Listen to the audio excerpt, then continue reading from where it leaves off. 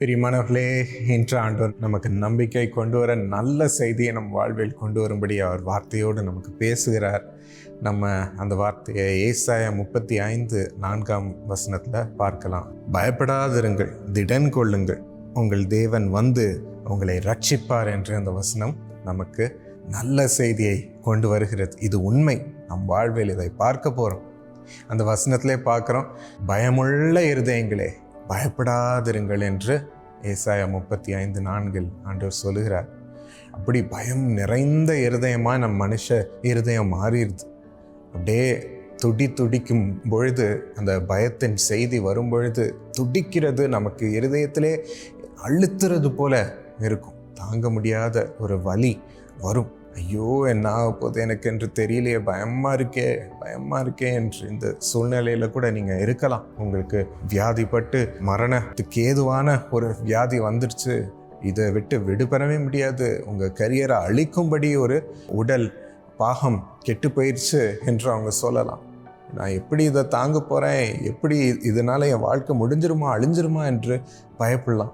இல்லைன்னா உங்கள் வாழ்க்கையே உருவாக்கும் ஒரு எக்ஸாம் வரலாம், பக்கத்தில் வந்துருச்சு, ஐயோ நான் அந்த எக்ஸாமில் ஃபெயில் ஆகிட்டேன்னா போயிடுச்சேன் என் வாழ்க்கை என்று நீங்கள் பயந்து, அதிலே நிறைய பேர் அவங்க படிக்க முடியாமல், அவங்க வேலை செய்ய முடியாமல், அவங்க எதையும் செய்ய முடியாமல் அந்த பயமே அவங்கள கொல்லுகிறது. அப்படிப்பட்ட ஒரு பயங்கரமான காரியமாக இந்த பயம் நம்மை தாக்குகிறது. ஆனால் இந்த பயம் எப்போ வருது, நம்ம வாழ்க்கைக்குள்ளே எப்போ வர முடிகிறது, அது நமக்கு நம்பிக்கை இல்லாத ஒரு சூழ்நிலை இருக்கும் பொழுது. போயிருமே, எல்லாம் முடிஞ்சு போயிருமே, காப்பாற்ற யாரும் இருக்க மாட்டாங்க என்று நமக்குள்ளே இருக்கும்போது தான் அந்த பயம் வருகிறது. அதனால தான் அந்த வசனத்தாண்டவர் நம்மோடு உறுதியாய் செய்யும்படி பேசுகிறார். பயப்படாதிருங்க, உன் தேவனாகிய கர்த்தர் உங்களை ரட்சிப்பார். எங்கள் அப்பாவும் அவங்க சொல்லியிருக்கிறாங்க, பல முறை காலையில் எழுந்திருக்கும் பொழுது ஒரு பயம் அவர்களை தாக்கும். அவர்கள் வாழ்வை குறித்து, இல்லை குடும்பத்தினரை குறித்து, இல்லை ஆயிரக்கணக்கான கூட உழைக்கிற ஊழியர்கள், முழு நேர ஸ்டாஃப் அவர்களை குறித்து, இல்லை அவர்களை ஆண்டவர் கூட இருக்கிறார் என்று நம்பி எழுதுகிற எத்தனையோ மில்லியன்ஸ் ஆஃப் பீப்புளுடைய ஜெப விண்ணப்பங்கள் அவரிடம் சேரும்பொழுது அவளுக்கு அற்புதம் நடக்குமா, அவளுக்கு விடுதலை கிடைக்கணும் என்ற அந்த பெரிய பயம் அவர்களை தாங்கும்படி வரும்.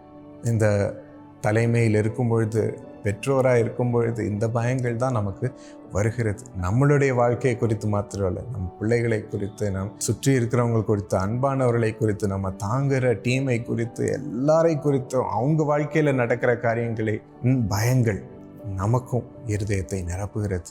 அந்த சூழ்நிலையில் எங்கள் அப்பா சொல்லுவாங்க, நான் உடனே வேதத்தை எடுத்து படிப்பேன், அதுதான் எனக்கு பயத்தை விலகும்படி செய்யும். நான் படிக்க ஆண்டவர் எனக்கு சொல்லுவார், இதை கவலைப்படாதே மகனே, உன் கூட நிற்கிறேன் அல்லவா, ஏன் நீ பயப்படுகிற, ஏன் நீ கலங்குகிற, திடன்கொள் என்று சொல்லி இதை உனக்கு நான் செய்யும்படி இன்று உனக்குள் இறங்குகிறேன், நானே உன்னை இரட்சகராக இருக்கிறேன் என்றெல்லாம் வார்த்தை நான் படிக்க அன்று ஆண்டவர் எனக்கு என்ன வாக்குத்தத்தமான வசனங்களை வைத்திருக்கிறாரோ, ஆவியானவர் அப்படியே என்னோடு பேசுவார். அதுவே என்னை பலப்படுத்தி, ஆண்டவர் நிச்சயமாக நீ மீட்பீர், நிச்சயமாக என்னை ரட்சிப்பீர் என்று ஜெபத்தில் நான் ஸ்தோத்தரித்து அந்த ஆசீர்வாதங்களை பெற்றுக்கொள்வேன். ஆம் பிரியமானவர்களே, இந்த தெய்வீக வார்த்தைகள், வேதத்தின் வார்த்தைகள் தான் நமக்கு இந்த பயத்திலிருந்து நம்மை விலக்கி காத்து கொள்ளுகிறது. ஆண்டவருடைய ரட்சிப்பையும் நம் வாழ்க்கையில் அவர் வார்த்தையை நாம் பெற்று நம்ம இருதயத்தில் வைக்க அந்த வார்த்தையாய் நமக்குள் இறங்கி கிரியை செய்கிறார். அந்த வார்த்தையின்படியே ஆண்டவர் கிரியை செய்ய இறங்குகிறார். வல்லமையான தேவனை உங்கள் இருதயத்தில் உணர முடிகிறது, சுமக்க முடிகிறது. அதை வைத்து நீங்கள் அந்த நாளில் அவரை சுமந்து சென்ற அற்புதங்களை பெற முடியுது. இந்த நேரத்திலேருந்து இந்த பாக்கியத்தை நாம் கேட்போம். வேதத்தை ஒவ்வொரு நாளும் நாம் அவர் பலனை பெற்று பயத்தை மேற்கொள்ளும் அதிகாரத்தை நாம் பெற்றுக்கொள்வோம். ஆண்டவரே, இந்த நேரத்திலையும் பயமுள்ள இருதயம் கொண்ட உடைய பிள்ளைகள், பயத்தினால் நிரம்பின உடைய பிள்ளைகள், தயவாகப்பா நிரந்தர விடுதலை நீ தரும்படி அப்பா உடைய வேதத்தில் நாங்கள் ஓடி ஒளிந்து கொள்ள எங்களுக்கு கிருபை தாரோம். அந்த வார்த்தைகளை பெற்று பலன் பெற எங்களுக்கு கிருபை தாரோம். பெரிய அருளை நாங்கள் பெற்றுக்கொள்ள, அந்த வார்த்தையின் அருளை நாங்கள் பெற்றுக்கொள்ள எங்களுக்கு கிருபை தாரோம். அந்த வல்லமையை வேதத்திலிருந்து நாங்கள் பெற்றுக்கொள்ள கிருபை தாரோம் சுவாமி. ஒவ்வொரு வார்த்தையும் உம்முடைய பிள்ளைகளோடு பேசட்டும் சுவாமி, பலப்படுத்தட்டும், பயத்தை துரத்தட்டும் சுவாமி. ஆண்டவரே, பயத்தினோடு உம்முடைய பிள்ளைகள் இருக்கவே கூடாதே ராஜா. அது ஒரு பலவீனமாக இருக்கிறது. உம்முடைய பிள்ளைகளுக்கு அந்த பலவீனம் இருக்கக்கூடாது சுவாமி. ஆண்டவரே, நாங்கள் எப்பொழுதும் திடன் கொண்டு உமக்குள் பலன் கொள்ளும் பிள்ளைகளாக இருக்க கிருபை தாரும். இப்பொழுதும் அப்பா, உம்மை தேடி நான் பெற்றுக்கொள்வேன் என்று இருதயத்தை சமர்ப்பிக்கிறோம். உடைய பிள்ளைகளுக்குள் இறங்கும். இன்று பேசின இந்த வார்த்தையின்படியே நீ ரட்சிப்பீர் என்று விசுவாசிக்கிறோம். பயங்களை துரத்தி அவர்களுக்கு அற்புதங்களை செய்ய வாரும். ஒவ்வொரு பயம் கொண்டு வரும் சூழ்நிலையிலும் இறங்கி நீர் கிரியை செய்யும் சுவாமி. ஆண்டவர், இந்த சூழ்நிலை எங்களுக்கு சாதகமாக நீர் மாற்றி தருவதற்கு, உடைய தயவை காண செய்வதற்கு ஸ்தோத்திரம் அப்பா. அற்புதத்தை இந்த காரியத்தில் செய்வதற்கு ஸ்தோத்திரம். திருப்பி எங்கள் கரங்களிலே நீட்டி தருவதற்கு ஸ்தோத்திரம். எங்களை இந்த காரியத்தில் அப்பா சாதனை படைக்கும்படி பலப்படுத்துவதற்கு, ஞானம் கொடுப்பதற்கு ஸ்தோத்திரம் அப்பா.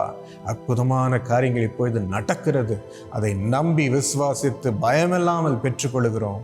நன்றி செலுத்துகிறோம் இயேசுவின் நாமத்தில். ஆமென்.